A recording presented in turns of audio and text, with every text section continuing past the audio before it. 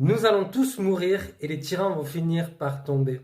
Vous savez, ce sentiment de toute puissance et d'éternité qu'ont les puissants, comme s'ils n'allaient jamais mourir, comme s'ils allaient être là pour l'éternité, n'accomplissent rien de réellement utile pour l'humanité, si ce n'est de l'accumulation de richesses, pour leur petite famille peut-être, pour leur réseau, mais n'accomplissent rien en se disant je vais contribuer à une amélioration du sort de l'humanité, car c'est possible. Eh bien, vous savez, ce sentiment de puissance, il est aussi partagé par une partie des privilégiés, une partie de la population des pays privilégiés qui pensent que les choses vont continuer de cette manière-là, ad vitam aeternam, que leur pays va être éternel, que leur civilisation va être éternelle.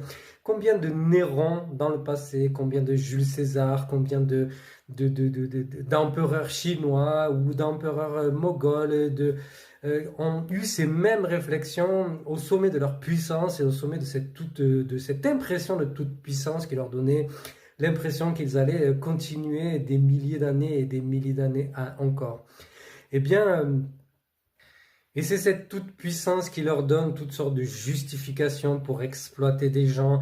Et rien que par le blabla et par la parole, ils vont toujours trouver, en se donnant des airs d'honnêteté, toujours trouver des justifications pour faire ce qu'ils font, pour justifier les inégalités mondiales.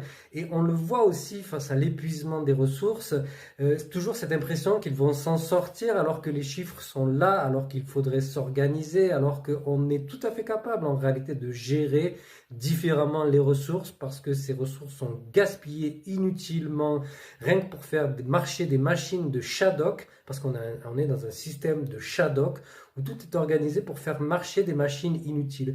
Prenez un exemple, par exemple, la création d'emplois, la création d'activités. Quand vous créez une entreprise, vous savez très bien qu'il y a peut-être 1, 2, 3 ou 4 entreprises sur 5 qui vont échouer au bout de 5 ans. C'est les chiffres qu'on donne, je ne sais plus lequel exactement. C'est pour ça que je vous ai fait une fourchette très large. Mais en réalité, tout ça, c'est pour faire marcher des machines d'accompagnement.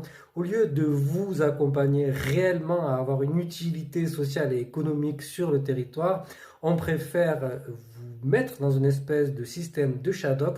Vous allez galérer dans votre système, ça va faire marcher des machines à crédit, des machines d'accompagnement, vous allez investir dans du matériel, etc., etc.